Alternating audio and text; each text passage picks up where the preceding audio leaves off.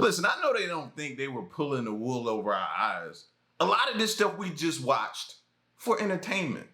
A lot of us knew that some things were possibly scripted or different things like that and knew. And we would say it throughout the show. Oh, that can't be real. That's just not logically possible. No way. You know, but we still continue to watch it for the entertainment. See, this video here is going to expose some of that. This video is the 10 TV conspiracy mysteries that turned out to be true. Television often serves as a welcome break from our busy lives. We can relax after a day's hard work, watch some football, baseball, or even reality TV, catch up on the news, or watch a movie in the comfort of our own homes. But there are certain television shows that pretend to be something they're not, at least according to some viewers. And in many cases, their suspicions were proven to be correct when it was revealed that some of their favorite shows were being less than honest. Number 10. The popular action-adventure children's game show called Legends of the Hidden Temple aired on the Nickelodeon channel from September of 1993 to September of 1995, and since then, reruns of the show have occasionally been aired for short periods of time. Hosted by Kirk Fogg, the premise of the show was that 6 teams of 2 members took part in 4 rounds of games in order to get to the Hidden Temple, where the winners would retrieve an ancient artifact. The teams were each given a color and an animal, which made up their team name, for example, the Red Monkeys or the Purple Parrots. In the first round, the team had to make their way across a moat that contained several different obstacles, and they could use rafts, bridges, or ropes to get across. If one of the team members fell into the water, they would have to go back to the start of that round. Once both team members made it across, they would sound a gong, and the first 4 teams across would move on to the next round, which was called the Steps of Knowledge, which was a quiz-type round. The show's announcer, Olmec, who was played by D. Bradley Baker, would tell the teams about that particular episode's legend. And once he was done, he would ask a series of multiple-choice questions, and the first team to buzz in would get the chance to answer. Each time a question was answered correctly, the team would move down a step, and once they reached the lowest level, they would move on to the third round. Only 2 teams progressed beyond this round. The third round was called the Temple Games, during which the teams would take part in 3 physical trials. These challenges took on many forms, such as moving across a surface that had been covered in soap, spinning a giant wheel, or climbing over obstacles, to name just a few. Each time that a team completed the trial first, they would be awarded a piece of the Pendant of Life. Whichever team ended this round with the most pendant pieces would move on to the 4th and final round, called the Temple or Temple Run. During this round, the winning team would take their pendants that had been obtained in the previous round into the temple. They would then have 3 minutes to make their way through the maze of doors, some of which had guards hiding behind them, or puzzles that needed to be completed. Their task was to find the artifact, and when this was done, all the doors would unlock and the guards would disappear. The winners would receive a prize, but if they made it out of the maze in under 3 minutes, they won a vacation or time at a NASA space camp. But the show wasn't without controversy, as many people felt that the show was rigged. It was later revealed by former contestants that if a team was eliminated in the first round, they were allowed another attempt, which was never revealed while the show was on air. If they made it to the Temple Run, they were given a map to study beforehand, giving them a good idea of where to find the artifact. So, as it turns out, fans were correct in thinking the show wasn't all that it seemed. But most people feel that the contestants were given a helping hand, rather than it being considered as rigged. Number 9. Most of us are familiar with the reality TV competition show called Survivor, but for a long time, people who watched the show were suspicious that the contestants on the show didn't actually have it as hard as it seemed, and that there was a fair bit of rigging going on. The American version of the show first aired in May of 2000, with the latest season starting in September of 2024. One contestant who took part in the very first season, an attorney called Stacy Stillman, lost her place on the island after her fellow teammates voted her out for not doing her part. Following her departure, she decided to sue the show's executive producer, claiming that the show's creator, Mark Burnett, had interfered with the voting by convincing 2 of her teammates to vote for her, rather than another elderly contestant. She claimed that this was done in order to attract an older audience to the show, but the lawsuit never went anywhere, as the matter was settled outside of court. But this wasn't the last. Heck, I didn't even think about that. Now, this show right here had a lot of controversy surrounding it because people, when you get people that invested and they take their time out of their day to be that invested in a show, you're going to have that type of controversy. Sometimes I think that's what they want. But I never thought of that dynamic. Okay, we need to have an old person on the show so we don't need to vote them off. We want to keep our older audience as well. I didn't think about that, bro. That just adds another layer to it. Last time that the show was accused of deceiving its audience. It's since come to light that some of the people we see taking part in some of the challenges aren't actually the contestants. On many occasions, stunt or body doubles were brought in to complete the challenges that were deemed too physically demanding for the average person. Furthermore, some contestants are chosen to appear on the show merely because they have experience in front of the camera, or because some of the applicants to the show are thought to look unsuitable to appear on TV. But it's not only the American version of the show that's rumored to be rigged. The 2023 season of Australian Survivor, Heroes vs. Villains, became the focus of a new allegation after one of the show's producers appeared on a podcast with a few revealing details that fans weren't aware of. As an example, he stated that if contestants were tasked with carrying sandbags, the contestant who was favored to win would be given a lighter one, making their chances of winning much higher. Then there are the claims that even the voting was rigged, and the producer also confirmed this theory. They would warn contestants that they were being targeted by the rest of their team, but the manipulation used went even further than that. If an unfavorable team member found an idol, which would normally keep them safe from elimination, producers would convince them not to use it, telling them that they were definitely safe from being voted out. But when the voting is done, the contestant would be eliminated without ever using their idol, ensuring that only the favored team members remain on the show. The idols were often placed in areas where these favored contestants were known to walk, giving them a much better chance of finding them. In this particular season, one contestant, George Mladenov, received a lot of favoritism, according to the producer and fellow contestants, to the point where he was openly told where to find immunity idols so that he would remain on the show. He would announce that he was leaving camp to go to a certain area, after which producers would run ahead and leave an idol for him to find with the cameras pointed at the perfect spot to show him stumbling across it. There's no doubt that reality TV leaves a lot to be desired at the best of times, but these revelations came as a shock to many Survivor fans, some of whom vowed never to watch it again. Number 8. Who Wants to Be a Millionaire is one of the most famous game shows of all time. It first aired in the UK in September of 1998 and is still going strong today, with versions of the show also being aired in other parts of the world, including the US, South Africa, Canada, Denmark, and Finland, to name but a few. The original UK version is currently hosted by Jeremy Clarkson of Top Gear fame, but before him, Chris Tarrant was the host for 13 years before stepping down in 2013. During his time as the host, the show saw one of the most controversial moments in British TV history, but luckily it was due to a contestant rather than the show being rigged. During the show's 10th season, which aired in 2001, a man named Charles Ingram featured as a contestant after his wife Diana. And is this the dude that had people in the audience, I think, coughing or something like that? Oh, but I think, I can't really remember, but I remember something surrounding this show. I thought they were about to expose this show as being rigged, and I was about to say, but why would they rig this show? It had no need for any type of assistance. So I wonder if that's what they're talking about, the people in the audience. And Adrian Pollock, his brother-in-law, had made appearances and walked away with $32,000 each. Though the episode never made it onto the air, it was revealed that Ingram had made it all the way to the end and walked away with the main prize of £1 million. He'd become only the third person to complete the entire board, but his winnings were withheld after producers of the show noticed something strange during his run, and they suspected that he may have been cheating. During the first night of Ingram's run, he took a long pause before answering question number 5 correctly.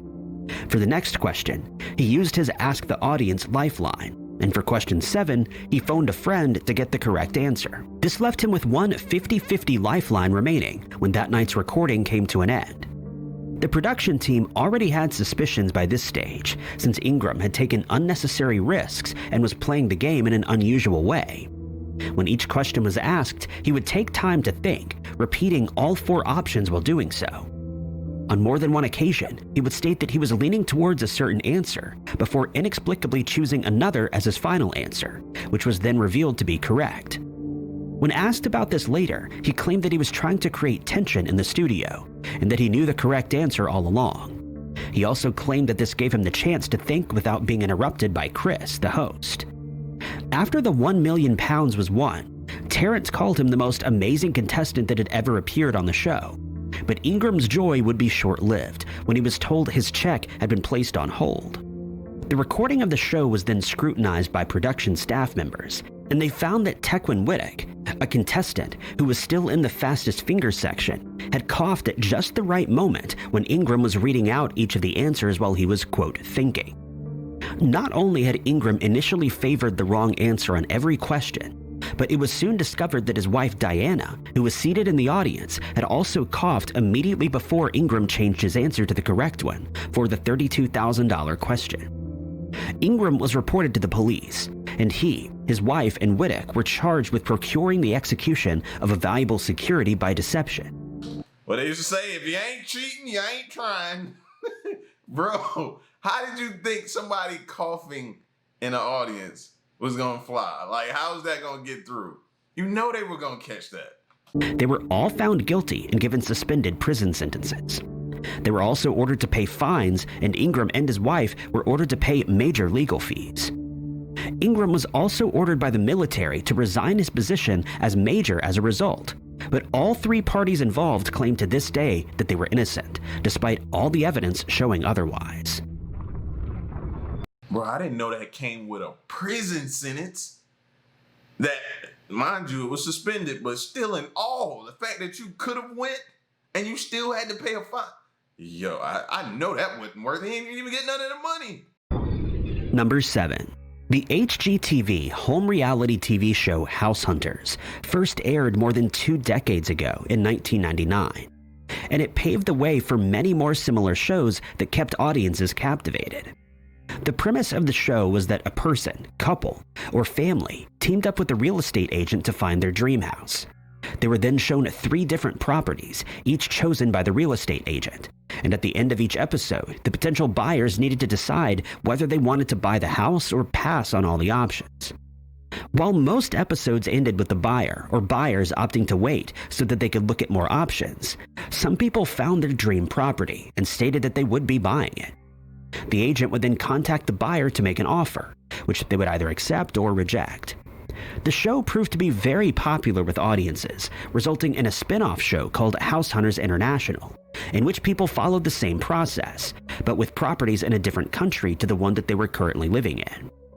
This meant that they had to get used to new cultures, cuisine, and quality of living, depending on the countries they were moving to and from, and in some cases, they decided to settle for a much more simple way of living than they were used to, so that they could live in their desired country. But many people had their doubts about whether everything in the show was as it seemed.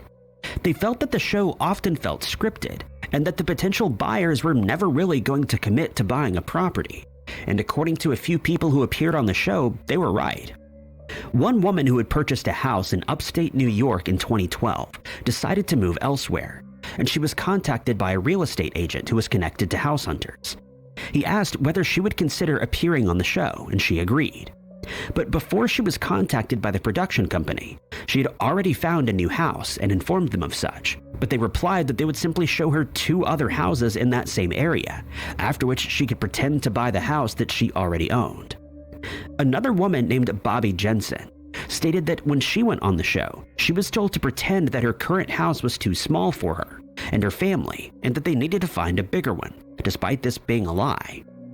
Another homeowner in Mexico was contacted by the show's producers, who asked if they could feature her house as one of the reject properties.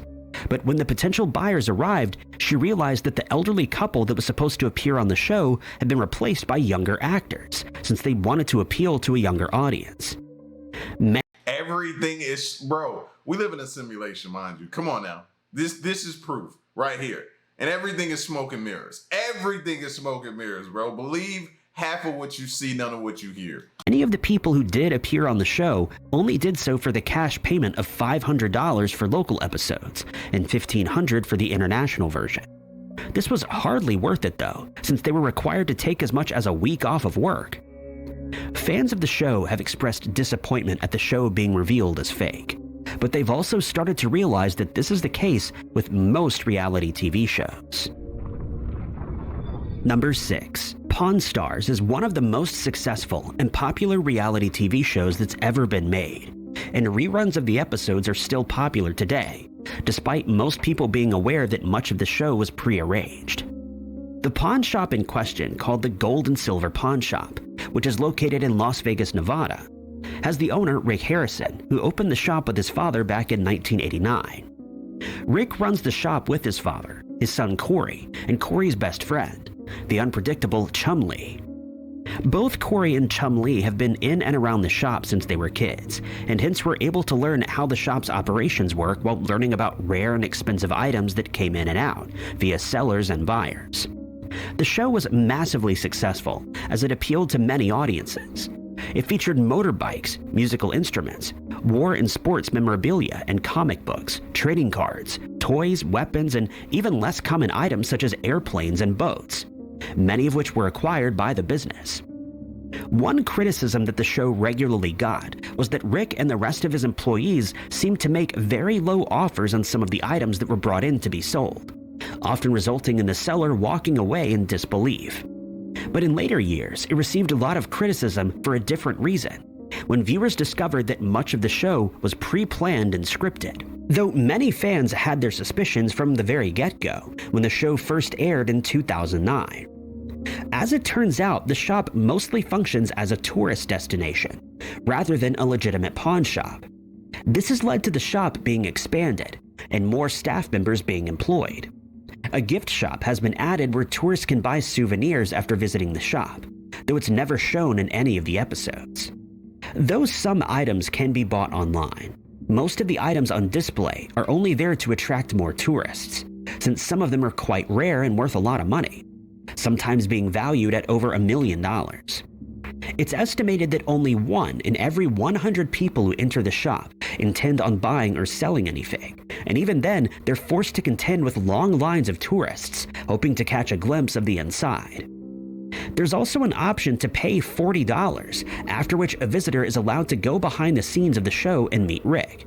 That is, if he's on site at the time, as it's also been revealed that the regular staff on the show are rarely there, and usually only spend time at the shop when filming is in progress. Many people who have visited the store say that they're taken aback when they walk inside, since the shop is much smaller than it's made out to be in the show. Furthermore, viewers became accustomed to seeing people shopping in the background while a deal is being done at one of the shop's counters. But it turns out that they're extras who are being paid to mingle in the background, since no customers are allowed inside while an episode is being filmed. The extras are told to act casually while avoiding eye contact with the cameras, and while the show isn't entirely scripted, the narrative for each negotiation is set out before filming is done, and often involves multiple takes, the best one then being chosen for the air. Number 5. When the show called Cash Cab first aired in December of 2005, it was seen as a revolutionary way of presenting a quiz show, since contestants were unsuspecting. I forgot about Cash Cab, bro. Oh my, y'all remember Cash Cab? Oh, that just took me back, right? I forgot about Cash Cab, fam. Oh, they about to mess me up with this one. Members of the public who hailed a cab in New York, but unbeknownst to them, the taxi was being driven by Ben Bailey.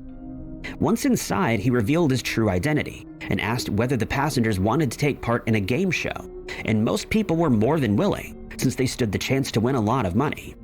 The longer the cab ride, the more questions they could answer, which resulted in a bigger cash prize, as long as they answered correctly. If they got stuck on a particular question, they could call someone for help or ask a random person on the street. But if they got 3 questions wrong, they would lose all the money that they had built up. Bailey would pull the cab over to the curb and they'd be told to get out. If they reached their destination in time, the cab would pull over and they'd be asked if they'd like to go double or nothing, or walk away with the cash that they had already accrued. If contestants opted to go double or nothing, they would be shown a video and then asked one question about it. And if the answer was correct, they'd win double the money. If they got it wrong, though, they'd be leaving empty-handed. The show quickly grew in popularity thanks to its quirky premise and likable host. But a few people who appeared as contestants have revealed that not everything viewers see is real. One pair of contestants, David Monk and his longtime girlfriend, Eliza Casas, had shared their experience with the cash cab, much to the dismay of the show's fans. At the time, Eliza showed and operated several vintage stores in New York, and on one occasion, David was visiting when someone from a show called When in Rome entered the shop saying that he needed 2 real New York types to appear on a segment. But it would later be revealed that the show never existed, and that the questionnaire that they were asked to fill out was merely used to gauge their personality types. But they were still none the wiser, and a few days later, they were contacted and asked to host a segment on the fictional show, during which they'd be walking through a Barney's department store. When the day of the shoot arrived, they were told to wait for the production van on the corner of 17th Street and 6th Avenue. While waiting, someone from the show arrived and told them to get into a particular cab that would transport them to the store. But when they got in, lights started flashing, and they came to the realization that they were in the cash cab.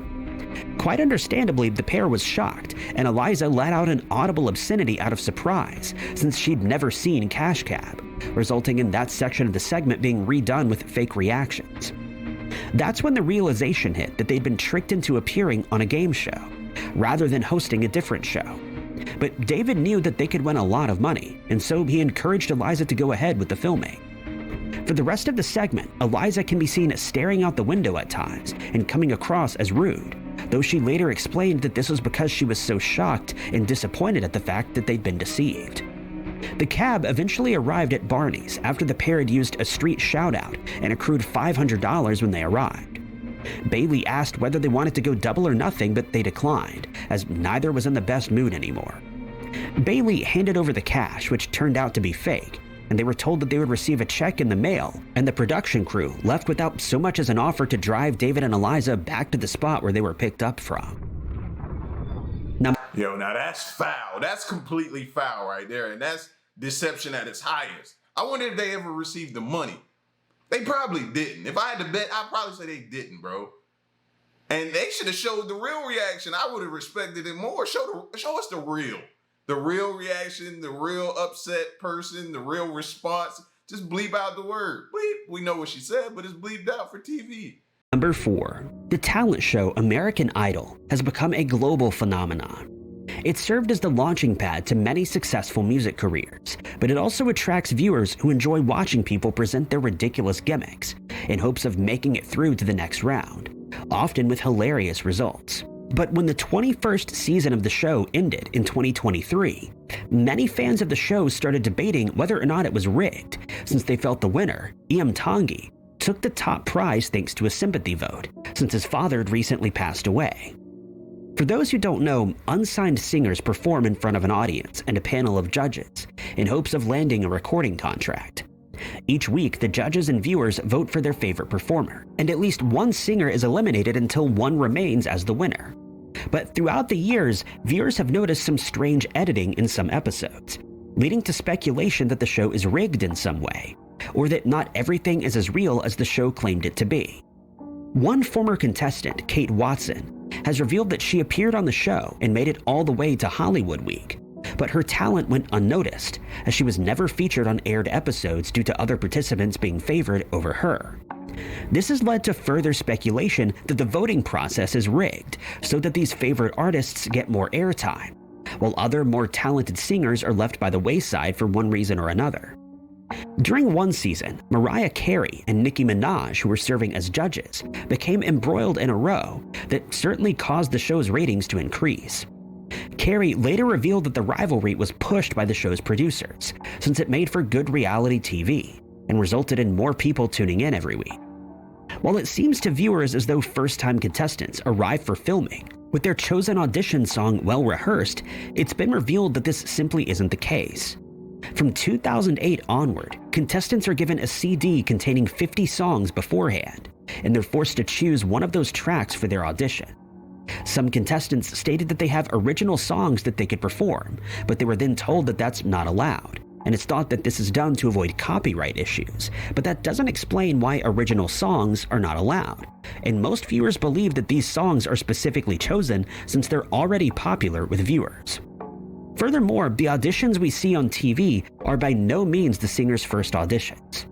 Most singers never get to meet the judges, sing in front of the cameras, or even see the stage, since they first perform for producers, who then decide who's suitable to be on camera. Then there are the emotional backstories. So that's basically also saying y'all choose the bad ones that y'all want to exploit for ratings and views. Y'all are like, oh, this is bad, but they'll love this bad, and we should put this in front of a camera. So y'all pretty much exploit the bad as well as the good. Wow. Contestants revealed that they've been through a really tough time, overcame a horrible disease, or lost a loved one, causing them to curry favor from the audience. One contestant stated that he had served in the military, but this was later found out to be a lie. It's also been revealed that these backstories are rarely fact-checked, especially when they're guaranteed to get an emotional response from the audience and viewers at home. It seems that what we see on American Idol needs to be taken with a grain of salt, though many people prefer to avoid the show after learning that much of it is faked. Number 3. The sitcom Good Times was a fan favorite during the 1970s. The show revolved around the Evans family, who lived in the housing projects in Chicago. They struggled financially, but stuck together as a family, and soon found a place in the hearts of the show's viewers. John Amos had already paved his own way as an actor by the time that he was asked to appear on the show, but it's here that he found true fame, since he played a likable character that was highlighted by his acting ability. He played the patriarch of the family, who often struggled to make ends meet, but who loved his family and would do anything to ensure that they were provided for in one way or another. Amos was one of the show's most popular characters for the first 3 of the 6 seasons. But then his character was suddenly killed off, having suffered a heart attack. This was a most unexpected turn of events, and viewers were left stunned. Though it did make for a very emotional and heartfelt episode when the family received news of his passing, and no doubt it added to the show's popularity. But many viewers felt that this was a drastic move, and before long they started speculating that Amos and the show's producers were at odds about the actor's contract, and that he was ultimately let go when they were unable to find common ground. And as revealed by Amos in a 2020 interview, they were correct in assuming that something more sinister was going on, though it didn't have anything to do with his contract. Amos stated that he was very happy working on the show, but that he often felt that the narrative missed the mark. He stated that all of the show's scriptwriters were Caucasian and had very little knowledge of what it was like living as a less fortunate African-American family, and he would often, on occasion, voice this opinion, admittedly in a less than professional manner. He also felt that the show was concentrating too heavily on its comedic elements, and while his criticisms were initially welcomed by production and writing staff, they soon tired of hearing his opinions, and tension had started to build.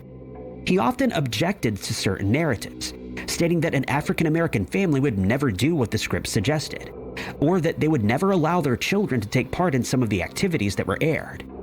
In some cases, he got into heated arguments that resulted in Amos challenging writers by inviting them to step outside, which he admits was less than tactful. Then, just before filming for the 4th season was set to start, he received a phone call, during which he was told that the show had been picked up for a further 24 episodes, but that his services would no longer be required. Fans were left disappointed, but Amos went on to enjoy a successful career and lucrative acting career regardless. Number 2. The Tonight Show has been You go against the norm, bro. You go against what they want you to do, bro. They kill your character off. That's crazy, man. You can't have no like suggestions, opinions on how the direction of the show, what you think, how you feel about it. Nothing. They just kill you off. Extremely successful and popular with audiences since its inception in 1954. It's seen several well-known hosts throughout the decades, the first of which was Steve Allen, who filled that role for 3 years.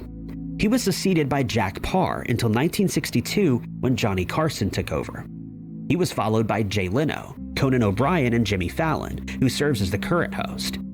Leno was undoubtedly one of the more popular hosts, but it's come to light that he landed the role through less than honest means, a fact that's left many fans in disbelief. Johnny Carson was slated to step down as host in 1992, and it was immediately assumed by most people familiar with the late-night show that he would be replaced by David Letterman, since he seemed like the perfect substitute. But then it was announced that Leno would be the one behind the desk for the next few years, leading to much speculation that something strange had taken place, and that Letterman had been snubbed somehow. Letterman seemed like the perfect fit, as he had hosted Late Night with David Letterman since 1982. He was familiar with The Tonight Show's format and could seamlessly slip into the role of host, and yet he was never asked to take on that role. At the time, he was immensely popular with TV audiences, and most people were left completely baffled when it was announced that Leno would be the new host. Years later, one monologue writer with The Tonight Show made a few startling revelations about how this came to be.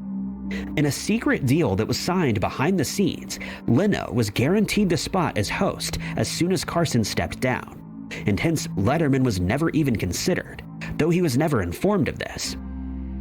NBC's then vice president, Rick Ludwin, explained that the decision was made as part of what he recalls as a re-upping of Leno as the show's host, but it was also revealed that this wasn't the only deciding factor. According to some sources, Letterman was notoriously hard to work with, as he often came across as rude towards production staff, with Ludwin describing some of their interactions as draining and bothersome. He added that this became a large factor in choosing Leno over Letterman, though he knew that many of Letterman's fans would be left disappointed, since they felt that he was the perfect fit for the show and that he would bring in good ratings. Nonetheless, the show has remained as popular with audiences as it ever was, and after his retirement, Leno continued working in television, as well as stand-up comedy. He hosted Jay Leno's Garage, in which he discusses cars, bikes, and all things automotive with well-known guests, and as for Letterman, he currently hosts the talk show called My Next Guest, which has been well received. Number 1.